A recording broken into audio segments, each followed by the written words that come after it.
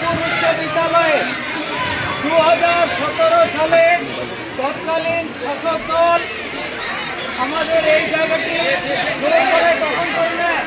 স্কুলের জমি জবরদখল করে তৈরি হওয়া পূর্বতন শাসক দল তৃণমূলের পার্টি অফিস অবশেষে উদ্ধার করে পঠন পাঠন শুরু করল স্কুল কর্তৃপক্ষ। চাঞ্চল্যকর এই ঘটনাটি ঘটেছে বীরভূমের সিউড়ি 2 নম্বর ব্লকের পুরন্দরপুর হাই স্কুলে। সোমবার দীর্ঘদিনের এই জবরদখল মুক্ত হওয়ায় খুশি শিক্ষক, ছাত্রছাত্রী ও স্থানীয় বাসিন্দারা। এটা একটা স্কুলেরই অনেক বছর পর ওই পার্টি যাওয়ার পর কালকেই সব মেপে টেপে যাওয়া হয়েছে। 2017 সাল থেকে ভয় দেখিয়ে পুরন্দরপুর হাই স্কুলের জমি দখল করে তৃণমূলের পার্টি অফিস তৈরি করা হয়েছিল বলে অভিযোগ। তৎকালীন প্রধান শিক্ষক জলে থেকে কুমিরের সঙ্গে লড়াই করা যায় না এই কথা ভেবে এই সময় জমিটি দিতে বাধ্য হলেও একটি রেজুলেশন করে রেখেছিলেন যে ভবিষ্যতে সরকারের পালাবদল ঘটলেই জমি পুনরায় ফেরত নেওয়া হবে। সেই পূর্ব নির্ধারিত প্রতিশ্রুতির পথ ধরেই সোমবার তৃণমূলের দখলে থাকা ওই জমি এবং ঘরটি আনুষ্ঠানিকভাবে নিজেদের দখলে নিয়ে নেয় স্কুল কর্তৃপক্ষ। জমি উদ্ধারের পর থেকে স্কুল চত্বরে খুশির হাওয়া বইছে। শিক্ষক শিক্ষিকা থেকে শুরু করে ছাত্রছাত্রী, অভিভাবকরা সকলেই এই পদক্ষেপে স্বস্তি প্রকাশ করেছেন। উদ্ধার হওয়া এই ঘরে দ্রুত পঠন পাঠন বা ক্লাস শুরু করা হয়েছে এবং ঘরটির নাম দেওয়া হয়েছে ডক্টর শ্যামাপ্রসাদ মুখোপাধ্যায় ভবন। অতিরিক্ত এই ঘরটি পাওয়ায় এখন পঠন পাঠন পরিচালনা করতে আরও অনেক সুবিধে হবে বলে জানিয়েছে স্কুল কর্তৃপক্ষ। বিদ্যালয় এই জন্মলগ্ন থেকেই এই ভূমিদাতারা এই বিস্তীর্ণ অঞ্চলটি দিয়ে রেখেছে। এর টোটাল জমির পরিমাণ 34 শতক। তো উনি 2017 সালে তৎকালীন শাসক দল তৃণমূল কংগ্রেস বিদ্যালয়ের কাছ থেকে জোর করে বিদ্যালয়ের কাছ থেকে এই জায়গাটি দখল করে নেয় এবং আমরা তখন রেজুলেশন করা হয়েছিল যে বিদ্যালয় এটা দেবে না, কিন্তু তার সত্ত্বেও তৎকালীন হেডমাস্টার মশাই ম্যানেজিং কমিটির অন্যান্য মেম্বারের সঙ্গে রেজুলেশন করতে বাধ্য হয়েছিলেন যে জলে বাস করে কুমিরের সঙ্গে যুদ্ধ করে এঁটে ওঠা যাবে না। তবে তিনি কনক্লুশনে লিখেছিলেন যদি দিন পরিবর্তন হয়, মানে তিনি কত ভবিষ্যৎদ্রষ্টা, যদি দিন পরিবর্তন হয় এই বিদ্যালয় আবার তার প্রপার্টি ফেরত পাবে। আমাদের শাসন ব্যবস্থা শেষ মানে পরিবর্তন হওয়ার পর আমরা ভূমি রাজস্ব দপ্তর থেকে পুরাতন দলিল দেখিয়ে নতুন পর্চা বের করি এবং সেই মোতাবেক গত এই করেছি এবং এই ঘটনাটি আমরা বিডিও ম্যাডামকে জানিয়েছি এবং গতকাল আমরা মাপ করে দেখেছি এই জায়গাটি বিদ্যালয়ের। সুতরাং আজকে আমরা এই জায়গার আমরা দখল নিলাম ওই রেজুলেশন বলে।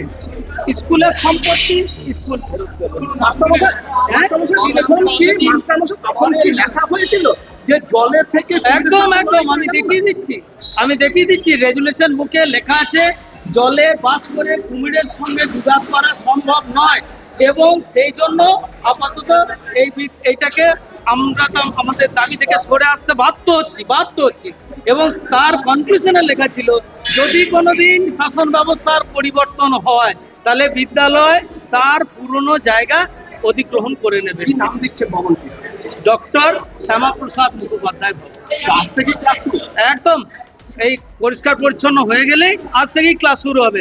আপনারা দেখতে পাচ্ছেন আমরা কোনো লেবার লাগাইনি, আমরা এলাকাবাসী স্বতঃস্ফূর্তভাবে মানে স্বেচ্ছাশ্রম দান করে এটিকে পরিষ্কার করে দিচ্ছে, কারণ তাদের ছেলে মেয়েরা আমাদের স্কুলে প্রচুর সংখ্যক ছাত্রছাত্রী, বর্তমানে 1962 জন ছাত্রছাত্রী আছে।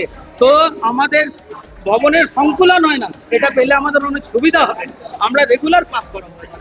অন্যদিকে তৃণমূল কংগ্রেসের পক্ষ থেকে এই জমি দখলের অভিযোগ পুরোপুরি অস্বীকার করা হয়েছে। সিউড়ি 2 নম্বর ব্লকের তৃণমূল ব্লক সভাপতি নুরুল ইসলাম দাবি করেছেন যে ওই জমিটি তাদের নিজেদেরই এবং তাদের কাছে সমস্ত আইনি কাগজপত্র রয়েছে। পাশাপাশি তিনি পাল্টা প্রশ্ন তুলেছেন যে যদি সত্যি ওই জমি স্কুলের হয়ে থাকতো তবে স্কুল কর্তৃপক্ষ কেন এতদিন আদালতের দ্বারস্থ হলেন না? অভিযোগটা কোথায় করলো স্কুল কর্তৃপক্ষ? অভিযোগটা কোথায় করলো বলুন? আইনের দ্বারস্থ হয়ে অভিযোগ করেছে? তাহলে যারা শিক্ষক, যারা উচ্চশিক্ষিত মানুষ, তাদের কি এটা প্রসেস? তাদের এটা প্রসেস যে একটা পার্টি অফিসে গিয়ে আমরা তখন বলতে পারিনি তৃণমূল ক্ষমতায় ছিল, ঠিক আছে ক্ষমতায় ছিল, তুমি বলতে পারো নি, তোমার কথাটা আমি তর্কের খাতিরে ধরেই নিলাম, কিন্তু এটা বাস্তব নয়। তুমি কেন কোর্টে গেলে না ভাই? তুমি আমাকে আইনি নোটিশ ধরালে না কেন ভাই? আমার বিরুদ্ধে মামলা করলে না ভাই? কেন চ্যালেঞ্জ করলে না? আমি পারলে তার উত্তর দিতাম, সঠিক তথ্য আমি পেশ করতে পারতাম। না পার করলে, না যদি আমি প্রুভ করতে পারতাম, তাহলে আমি হার মানতাম বা স্কুল তখন নিত। আমি তো সমস্ত পেপার দিলাম, সমস্ত জায়গা আমরা যার কাছ থেকে পেয়েছি, দান করেছে আমাদের জায়গাটা, তিনি কার কাছ থেকে কিনেছেন তার দলিল আমরা দেখেছি, তার নামে রেকর্ড আছে কি না তা আমরা চেক করেছি, এবং সমস্ত তথ্য আপনাদেরকে দেখালাম। এবং আমাদেরকে দান করেছে ওই জায়গাটা, মিনিমাম একটা টাকা আমরা দিয়েছিলাম, যা ওই জায়গার মূল্যর থেকে কম। না, স্কুলের নয়, একটা পুকুর পাড়, এই দেখুন না, একটা তো পুকুর পাড়।